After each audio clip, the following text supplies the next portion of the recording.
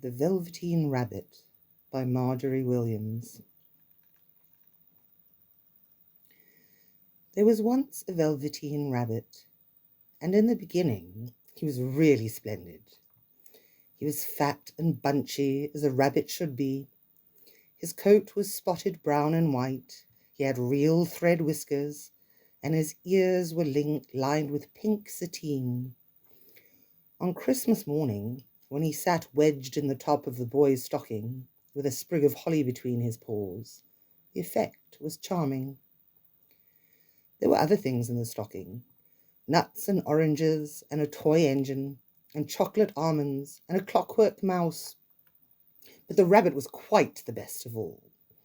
For at least 2 hours the boy loved him, and then aunts and uncles came to dinner, and there was a great rustling of tissue paper and unwrapping of parcels, and in the excitement of looking at all the new presents, the Velveteen Rabbit was forgotten. For a long time he lived in the toy cupboard or on the nursery floor, and no one thought very much about him. He was naturally shy, and being only made of velveteen, some of the more expensive toys quite snubbed him. The mechanical toys were very superior and looked down upon everyone else. They were full of modern ideas and pretended they were real.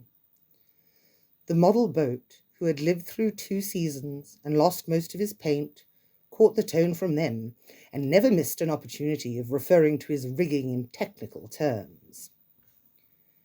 The rabbit could not claim to be a model of anything, for he did not know that real rabbits existed. He thought they were all stuffed with sawdust like himself, and he understood that sawdust was quite out of date and should never be mentioned in modern circles. Even Timothy, the jointed wooden lion who was made by the disabled soldiers and should have had broader views, put on airs and pretended he was connected with government. Between them all, the poor little rabbit was made to feel himself very insignificant and commonplace, and the only person who was kind to him at all was the Skin Horse. The Skin Horse had lived longer in the nursery than any of the others. He was so old that his brown coat was bald in patches and showed the seams underneath, and most of the hairs in his tail had been pulled out to string bead necklaces. He was very wise, for he had seen a long succession of mechanical toys arrive to boast and swagger, and by break their mainsprings and pass away, and he knew that they were only toys, and would never turn into anything else. For nursery magic is very strange and wonderful, and only those playthings that are old and wise and experienced, like the Skin Horse, understood all about it. "What is real?" asked the rabbit one day, when they were lying side by side near the nursery fender before Nana came to tidy the room. "Does it mean having things that buzz inside you and a stick-out handle?" "Real isn't how you're made," said the Skin Horse. "It's a thing that happens to you. When a child loves you for a long, long time, not just to play with, but really loves you, then you become real." "Does it hurt?" asked the rabbit. "Sometimes," said the Skin Horse, for he was always truthful. "When you are real, you don't mind being hurt." "Does it happen all at once, like being wound up?" he asked, "or bit by bit?" "It doesn't happen all at once," said the Skin Horse. "You become. It takes a long time. That's why it doesn't happen often to people who break easily, or have sharp edges, or have to be carefully kept. Generally, by the time you are real, most of your hair has been loved off, and your eyes drop out, and you get loose in the joints and very shabby. But these things don't matter at all, because once you are real, you can't be ugly, except people who don't understand." "I suppose you are real," said the rabbit, and then he wished he had not said it, for he thought the Skin Horse might be sensitive. But the Skin Horse only smiled. The boy's uncle made me real, he said. That was a great many years ago. But once you are real, you can't become unreal again. It lasts for always. The rabbit sighed. He thought it would be a long time before this magic called real happened to him. He longed to become real, to know what it felt like. And yet the idea of growing shabby and losing his eyes and whiskers was rather sad. He wished that he could become it without these uncomfortable things happening to him. There was a person called Nana who ruled the nursery. Sometimes she took no notice of the playthings lying about, and sometimes, for no reason whatever, she went swooping about like a great wind and hustled them away in cupboards. She called this tidying up, and the playthings all hated it, especially the tin ones. The rabbit didn't mind it so much, for wherever he was thrown, he came down soft. One evening, when the boy was going to bed, he couldn't find the china dog that always slept with him. Nana was in a hurry, and it was too much trouble to hunt for china dogs at bedtime, so she simply looked about her, and seeing that the toy cupboard door stood open, she made a swoop. "Here," she said, "take your old bunny. He'll do to sleep with you." And she dragged the rabbit out by one ear and put him into the boy's arms. That night, and for many nights after, the Velveteen Rabbit slept in the boy's bed. At first he found it rather uncomfortable, for the boy hugged him very tight, and sometimes he rolled over onto him, and sometimes he pushed him so far under the pillow that the rabbit could scarcely breathe. And he missed, too, those long moonlight hours in the nursery when all the house was silent, and his talks with the skin horse. But very soon he grew to like it, for the boy used to talk to him and made nice tunnels for him under the bedclothes that he said were like the burrows the real rabbits lived in. And they had splendid games together, in whispers, when Nana had gone away to her supper and left the nightlight burning on the mantelpiece. And when the boy dropped off to sleep, the rabbit would snuggle down close under his little warm chin and dream, with the boy's hands clasped close around him all night long. And so time went on, and the little rabbit was very happy, so happy that he never noticed how his beautiful velveteen fur was getting shabbier and shabbier, and his tail becoming unsewn, and all the pink rubbed off his nose where the boy had kissed him. Spring came, and they had long days in the garden, for wherever the boy went, the rabbit went too. He had rides in the wheelbarrow, and picnics on the grass, and lovely fairy huts built for him under the raspberry canes behind the flower border. And once, when the boy was called away suddenly to go out to tea, the rabbit was left out on the lawn until long after dusk, and Nana had to come and look for him with the candle, because the boy couldn't go to sleep unless he was there. He was wet through with the dew, and quite earthy from diving into the burrows the boys had made for him in the flower bed, and Nana grumbled as she rubbed him off with a corner of her apron. "You must have your old bunny," she said. "Fancy all that fuss for a toy." The boy sat up in his bed and stretched out his hands. "Give me my bunny," he said. "You mustn't say that. He isn't a toy. He's real." When the little rabbit heard that, he was happy, for he knew that what the skin horse had said was true at last. The nursery magic had happened to him, and he was a toy no longer. He was real. The boy himself had said it. That night he was almost too happy to sleep, and so much love stirred in his little sawdust heart that it almost burst. And into his boot-button eyes, that had long ago lost their polish, there came a look of wisdom and beauty, so that even Nana noticed it next morning when she picked him up and said, "I declare if that old bunny hasn't got quite a knowing expression." That was a wonderful summer. Near the house where they lived there was a wood, and in the long June evenings the boy liked to go there after tea to play. He took the Velveteen Rabbit with him, and before he wandered off to pick flowers or play at brigands among the trees, he always made the rabbit a little nest somewhere among the bracken, where he would be quite cosy, for he was a kind-hearted little boy, and he liked Bunny to be comfortable. One evening, while the rabbit was lying there alone, watching the ants that ran to and fro between his velvet paws in the grass, he saw two strange beings creep out of the tall bracken near him. They were rabbits, like himself, but quite furry and brand new. They must have been very well made, for their seams didn't show at all, and they changed shape in a queer way when they moved. One minute they were long and thin, and the next minute fat and bunchy, instead of always staying the same like he did.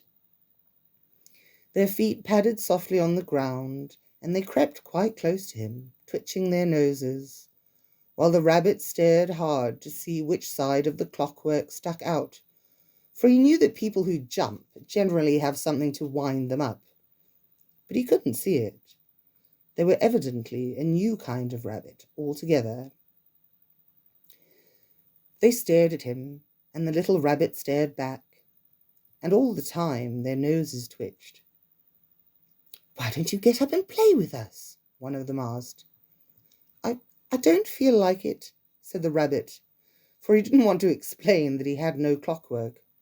"Oh," said the furry rabbit, "it's as easy as anything." And he gave a big hop sideways and stood on his hind legs. "I don't believe you can," he said. "I can," said the little rabbit. "I can jump higher than anything." He meant when the boy threw him, but of course he didn't want to say so. "Can you hop on your hind legs?" asked the furry rabbit. That was a dreadful question, for the Velveteen Rabbit had no hind legs at all. The back of him was made all in one piece, like a pincushion. He sat still in the bracken and hoped the other rabbits wouldn't notice. I don't want to," he said again. But the wild rabbits have very sharp eyes, and this one stretched out his neck and looked. "He hasn't got any hind legs," he called out. "Fancy a rabbit without any hind legs." And he began to laugh. I have," cried the little rabbit. I have got hind legs. I'm sitting on them." "Then stretch them out and show me like this," said the wild rabbit, and he began to whirl round and dance till the little rabbit got quite dizzy. I don't like dancing," he said. "I'd rather sit still." But all the while he was longing to dance, for a funny, new, tickly feeling ran through him, and he felt he would give anything in the world to be able to jump about like these rabbits did. The strange rabbit stopped dancing and came quite close. He came so close this time that his long whiskers brushed the Velveteen Rabbit's ear, and then he wrinkled his nose suddenly and flattened his ears and jumped backwards. "He doesn't smell right," he exclaimed. "He isn't a rabbit at all. He isn't real." I am real," said the little rabbit. "I am real. The boy said so." And he nearly began to cry. Just then there was a sound of footsteps, and the boy ran past near them, and with a stamp of feet and a flash of white tails, the two strange rabbits disappeared. "Come back and play with me," called the little rabbit. "Oh, do come back. I know I'm real." But there was no answer. Only the little ants ran to and fro, and the bracken swayed gently where the two strangers had passed. The Velveteen Rabbit was all alone. "Oh dear," he thought, "why did they run away like that?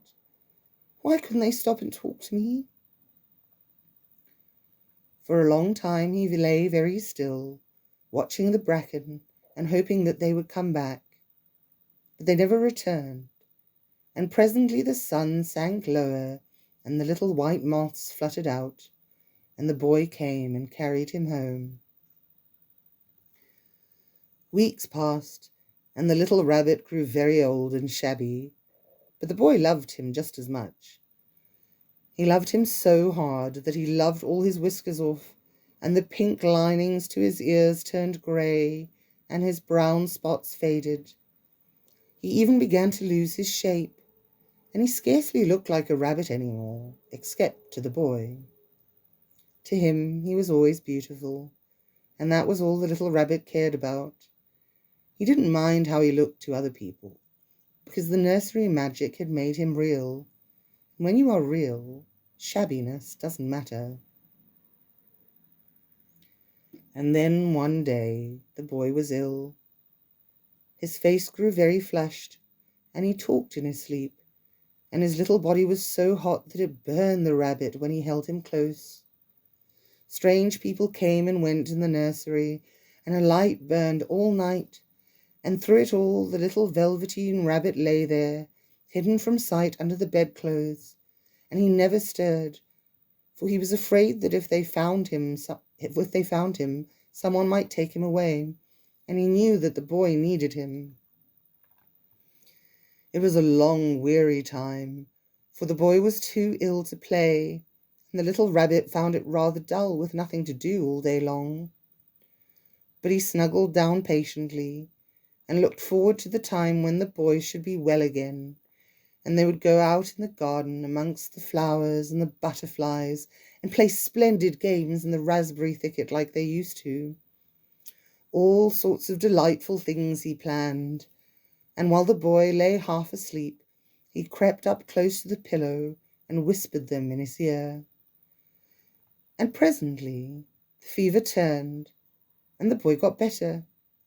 He was able to sit up in bed and look at picture books, while the little rabbit cuddled close at his side. And one day they let him get up and dress. It was a bright, sunny morning, and the windows stood wide open. They had carried the boy out onto the balcony, wrapped in a shawl, and the little rabbit lay tangled up among the bedclothes, thinking. The boy was going to the seaside tomorrow. Everything was arranged, and now it only remained to carry out the doctor's orders.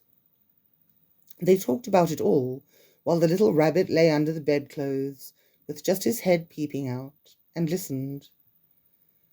The room was to be disinfected, and all the books and toys that the boys had played with in bed must be burnt. "Hurrah!" thought the little rabbit. "Tomorrow we shall go to the seaside." For the boy had often talked of the seaside, and he wanted very much to see the big waves coming in, and the tiny crabs, and the sand castles. Just then Nana caught sight of him. "How about his old bunny?" she asked. "That," said the doctor. "Why, it's a mass of scarlet fever germs. Burn it at once." "What? Nonsense! Get him a new one. He mustn't have that any more." And so the little rabbit was put into a sack with the old picture books and a lot of rubbish, and carried out to the end of the garden behind the fowl house. That was a fine place to make a bonfire, only the gardener was too busy just then to attend to it. He had the potatoes to dig and the green peas to gather, but next morning he promised to come quite early and burn the whole lot. That night the boy slept in a different bedroom, and he had a new bunny to sleep with him. It was a splendid bunny, all white plush with real glass eyes. But the boy was too excited to care very much about it, for tomorrow he was going to the seaside, and that in itself was such a wonderful thing that he could think of nothing else. And while the boy was asleep, dreaming of the seaside, the little rabbit lay among the old picture books in the corner behind the fowl house, and he felt very lonely. The sack had been left untied, and so by wriggling a bit he was able to get his head through the opening and look out. He was shivering a little, for he had always been so used to sleeping in a proper bed, and by this time his coat had worn so thin and threadbare from hugging that it was no longer any protection to him. Near by he could see the thicket of raspberry canes, growing tall and close like a tropical jungle, in whose shadow he had played with the boy on bygone mornings. He thought of the long sunlit hours in the garden, how happy they were, and a great sadness came over him. He seemed to see them all pass before him, each more beautiful than the other. The fairy huts in the flower bed, the quiet evenings in the wood when he lay in the bracken and the little ants ran over his paws, the wonderful day when he first knew that he was real.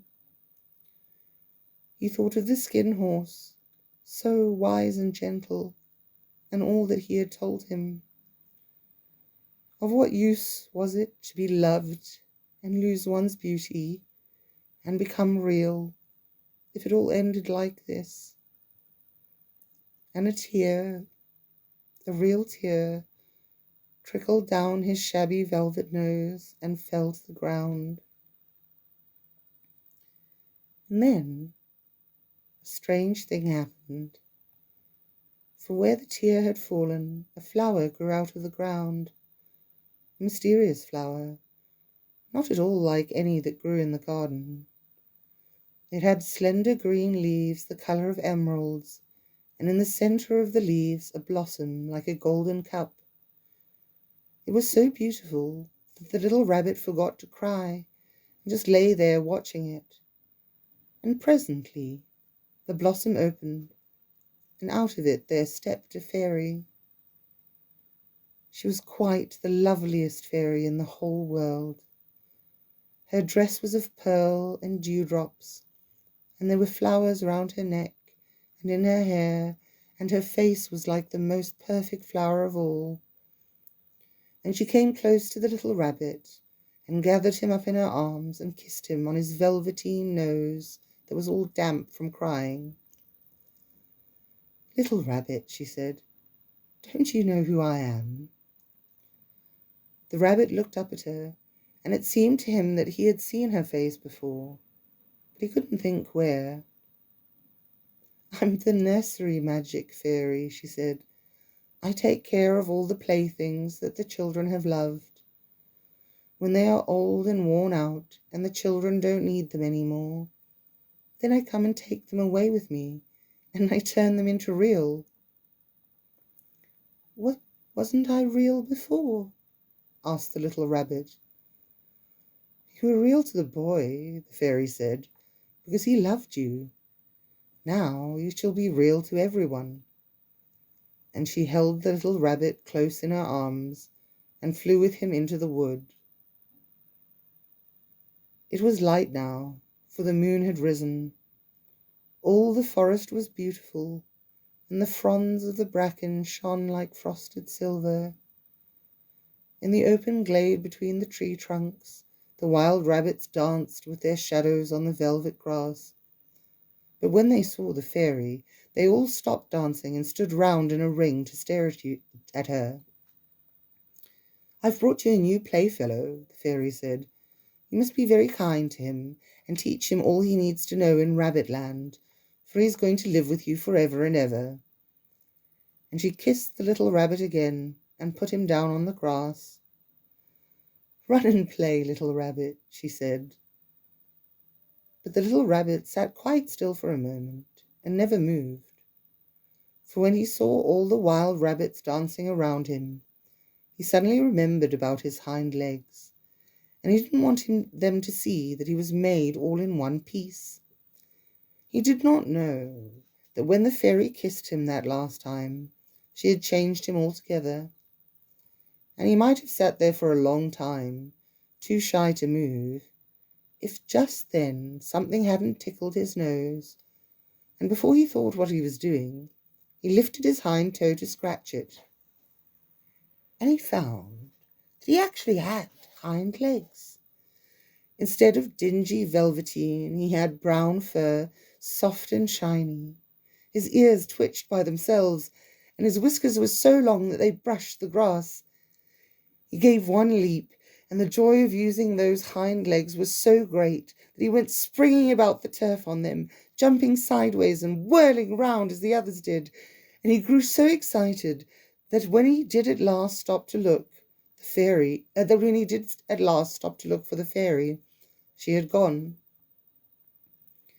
He was a real rabbit at last, at home with the other rabbits. Autumn passed, and winter, and in the spring, when the days grew warm and sunny, the boy went out to play in the wood behind the house. And while he was playing, 2 rabbits crept out from the bracken and peeped at him.